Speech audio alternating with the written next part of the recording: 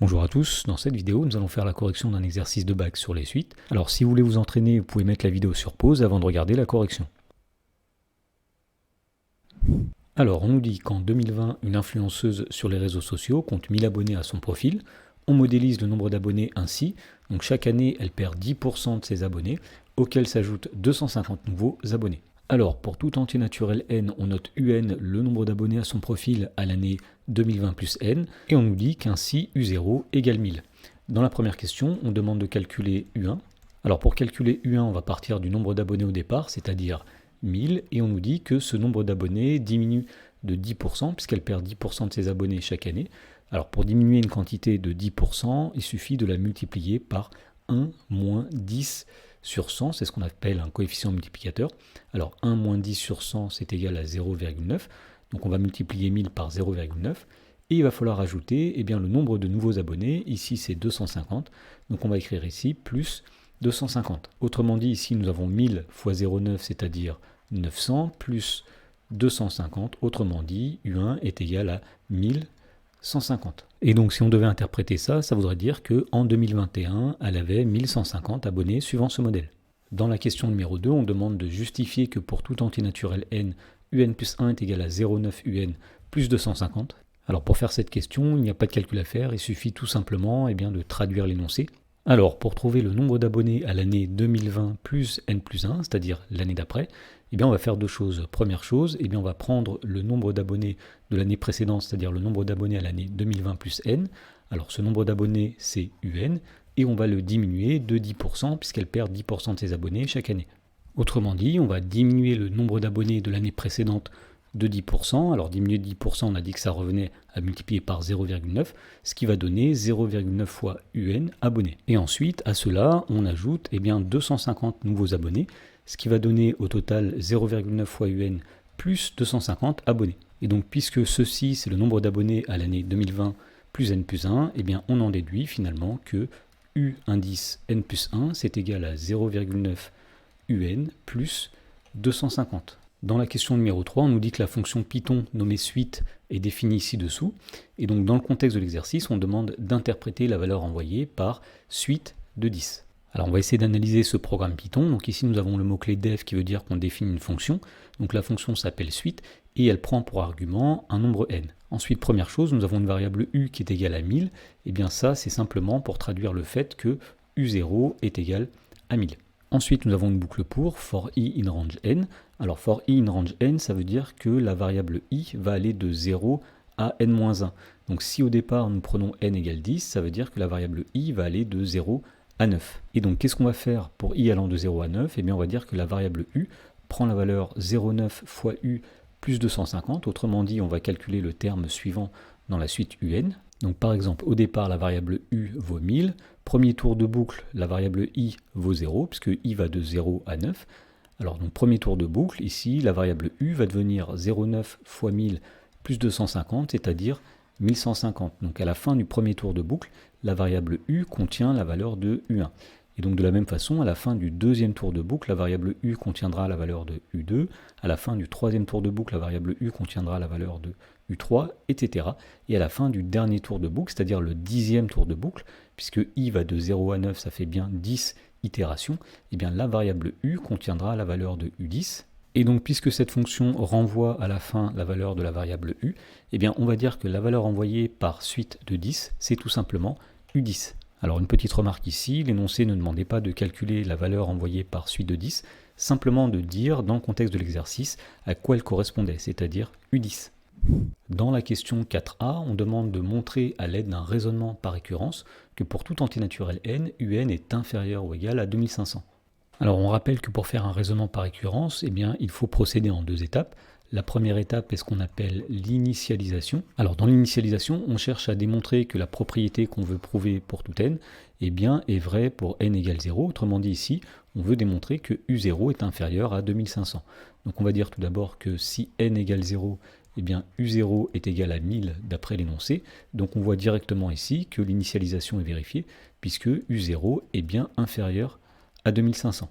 Ensuite, la deuxième étape d'un raisonnement par récurrence, c'est ce qu'on appelle l'hérédité. Alors dans cette étape, ce que nous allons faire, c'est supposer que la propriété est vraie à un rang n, et montrer que dans ce cas-là, elle est vraie au rang suivant, c'est-à-dire au rang n plus 1. Donc on va commencer ici par se donner un entier naturel quelconque, donc soit n appartenant à grand N, et on va supposer donc ici que un est inférieur à 2500. Donc ça, c'est ce qu'on appellera finalement notre hypothèse de récurrence. Et donc on veut montrer que cette propriété est vraie au rang suivant, donc montrons que U indice n plus 1, cette fois, est inférieur à 2500. Alors pour démontrer la propriété au rang n plus 1, eh bien nous allons partir de ce qu'on a supposé. Donc ici, on a supposé que un est inférieur à 2500.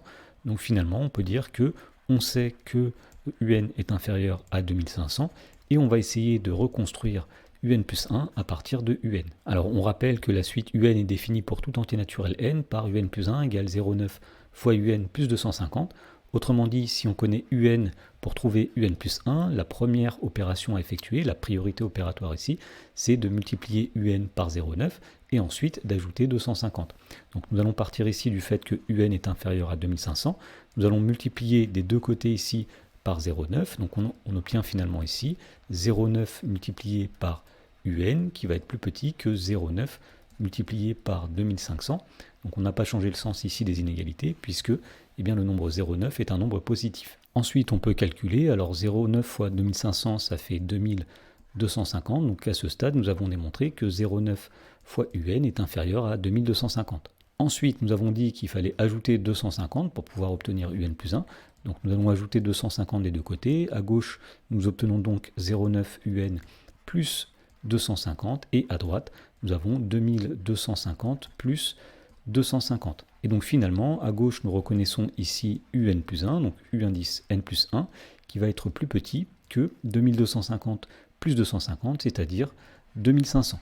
Et donc, puisque la propriété est vraie au rang n plus 1, si jamais on suppose qu'elle est vraie au rang n, eh bien ça veut dire que l'hérédité est vérifiée. Et donc par suite, d'après le théorème de la récurrence, eh bien la propriété est vraie pour tout entier naturel n, autrement dit, pour tout entier naturel n, un est inférieur ou égal à 2500. Dans la question 4b, on demande cette fois-ci de montrer que la suite un est croissante. Alors pour montrer qu'une suite est croissante, eh bien on peut montrer que pour tout entier naturel n, un plus 1 moins un est positif. Donc on va se donner ici n un entier naturel, et on va commencer par calculer un plus 1 moins un, et on essaiera ensuite de montrer que cette expression-là eh bien, est supérieure ou égale à 0. Alors pour calculer un plus 1 moins un, eh bien tout d'abord on sait que un plus 1 c'est égal à 0,9 un plus 250, et donc si on fait moins un, on va avoir 0,9 un plus 250 moins un. Ensuite, on réduit cette expression. Alors les un, ici il y en a 0,9, ici il y en a moins 1. Donc si on fait 0,9 moins 1, ça donne moins 0,1 un plus 250. Alors on rappelle ici qu'on veut montrer que la suite est croissante, autrement dit on veut montrer que un plus 1 moins un est positif, donc il faut étudier le signe de cette expression-là.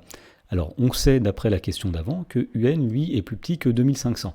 Donc, à partir de cette information-là, on va essayer de reconstruire toute cette expression-là. Donc, on va dire tout d'abord, or, on sait que un est inférieur ou égal à 2500. Et si on veut reconstruire toute l'expression qui est ici, la priorité opératoire va être à la multiplication. Donc, on va multiplier des deux côtés par moins 0,1. Autrement dit, on va avoir moins 0,1 un à gauche et moins 0,1 fois 2500 à droite. Alors attention, puisque moins 0,1 est un nombre négatif, il faut changer le sens de l'inégalité quand on multiplie des deux côtés par moins 0,1.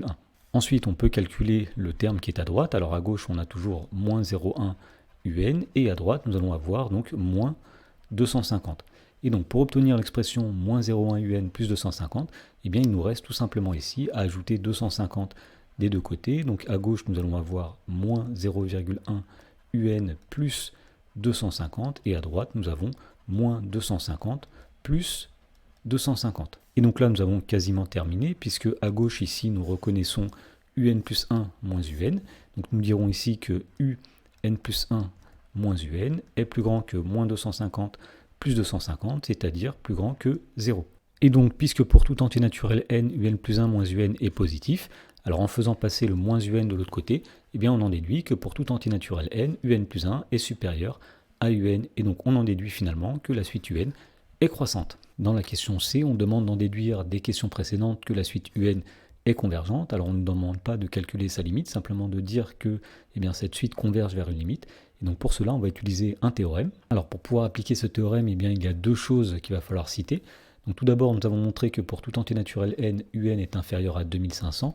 Autrement dit, nous avons démontré que la suite un est majorée par 2500. Ensuite, nous avons démontré dans la question 4b que la suite un est croissante. Et donc, puisqu'ici nous sommes en présence d'une suite majorée et croissante, on peut appliquer le théorème de convergence monotone. Et donc, d'après ce théorème de convergence monotone, on en déduit que la suite un est convergente. Alors, on a vu que la suite un est convergente, mais on ne connaît pas sa limite, et donc ça va être l'objet de la question 5 de déterminer la limite de cette suite. Donc, on nous dit tout d'abord soit Vn, la suite définie par Vn égale un moins 2500 pour tout entier naturel n. Autrement dit, la suite Vn, c'est une suite auxiliaire, et dans la question 5a, on demande de montrer que cette suite Vn est une suite géométrique de raison 0,9 et de terme initial V0 égale moins 1500. Alors, pour montrer qu'une suite est géométrique, il suffit de montrer que pour tout entier naturel n, Vn plus 1 s'écrira comme quelque chose fois Vn. Donc l'idée ici va être de calculer Vn plus 1 et de faire apparaître Vn. Et donc c'est ce qu'on va faire. Donc on commence par se donner n un entier naturel, soit n appartenant à grand N, et on va calculer Vn plus 1. Alors Vn plus 1, qu'est-ce que c'est ? Puisque Vn c'est un moins 2500, Vn plus 1, ce sera u indice n plus 1 moins 2500. On a tout simplement remplacé les n par des n plus 1. Ensuite, nous allons dire que un plus 1, d'après la définition que nous avions donnée au début de l'exercice, c'est 0,9 un plus 250. Et donc ceci, moins 2500. Alors, on peut encore réduire cette expression ici. Donc Vn plus 1, ce sera 0,9 un plus 250 moins 2500, c'est-à-dire moins 2250. Voilà, donc on ne peut pas réduire plus cette expression. Alors rappelons ce qu'on essaye de faire. On essaye d'exprimer Vn plus 1 à partir de Vn. Alors le problème ici, c'est qu'il n'y a pas de Vn, il y a simplement du un. Donc l'idée, ça va être tout d'abord d'exprimer un à partir de Vn. Et donc pour faire ça, on va reprendre la définition de la suite Vn. Alors, puisque Vn est égal à un moins 2500, si on passe le moins 2500 de l'autre côté, on obtient que un est égal à Vn plus 2500. Et donc ce qu'on va faire maintenant, c'est qu'on va remplacer un par Vn plus 2500 dans l'expression qui est ici. Autrement dit, Vn plus 1, ce sera 0,9 facteur de Vn plus 2500 moins 2250. Et donc l'avantage ici, c'est que maintenant, il n'y a plus que du Vn. Alors pour finir, nous allons développer cette expression, 0,9 fois Vn, c'est-à-dire 0,9 Vn, plus 0,9 fois 2500, c'est-à-dire 2250, moins 2250. Alors nous voyons que les constantes ici vont disparaître et il va rester finalement 0,9 fois Vn. Voilà, donc nous avons bien exprimé Vn plus 1 à partir de Vn et nous avons montré que Vn plus 1 c'est quelque chose fois Vn. Et donc puisque pour passer de Vn à Vn plus 1 on multiplie toujours par un même nombre, nous avons démontré que la suite Vn est une suite géométrique de raison q égale 0,9. Alors il nous faut aussi trouver le premier terme de la suite Vn. Alors pour trouver ce premier terme qui est V0, nous allons reprendre la définition de la suite Vn.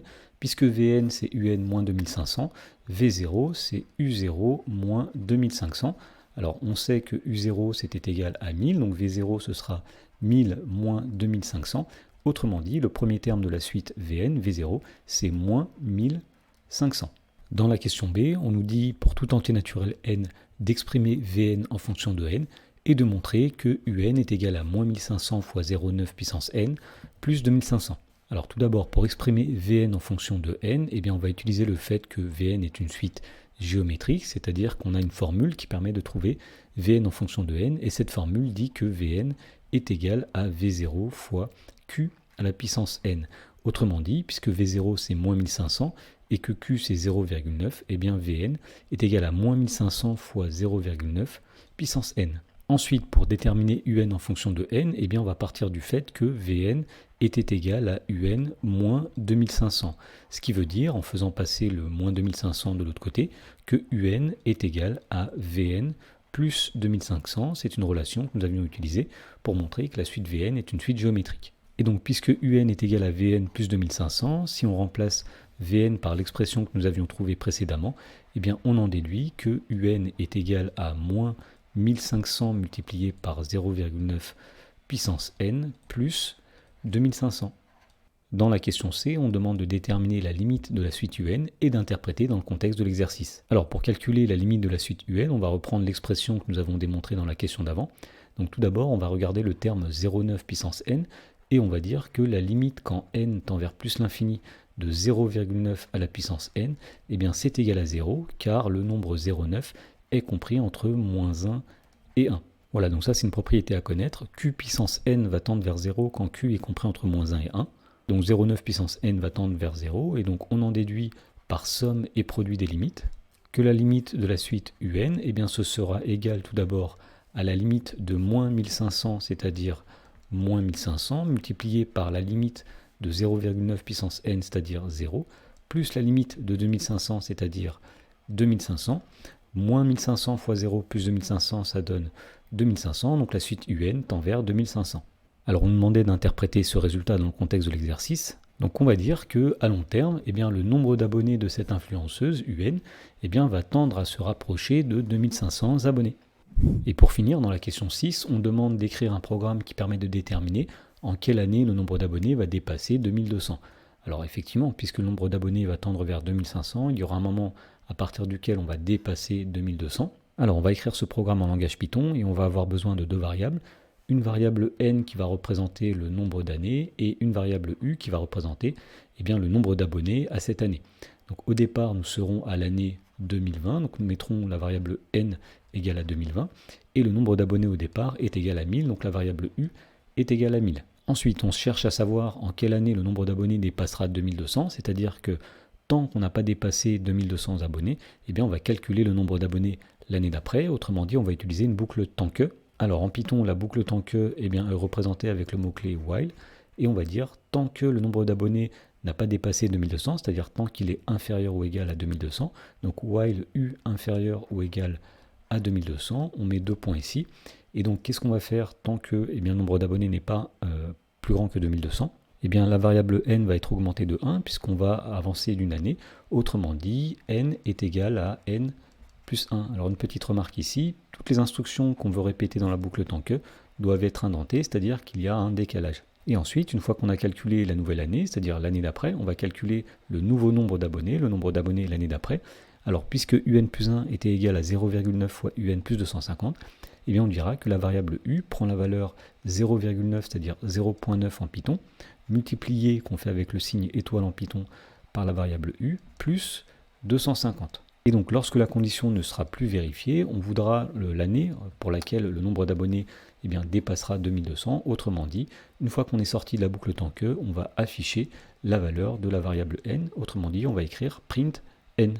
Alors on demandait ensuite de déterminer cette année. Autrement dit, eh bien, on va calculer les termes successifs de la suite un jusqu'à ce que un dépasse 2200. Alors avec une calculatrice, on calcule eh bien, les termes successifs de la suite un. Donc u0 c'était 1000. U1 c'est 1150, etc. Jusqu'à ce qu'on dépasse finalement 2200. On voit que U15 est égal à 2191 environ, que U16 est égal à environ 2222. Autrement dit, on va dépasser les 2200 abonnés au bout de 16 ans. Et donc on peut dire que le nombre d'abonnés dépassera 2200 en 2020 plus 16, puisque la référence était l'année 2020, c'est-à-dire en l'an 2036.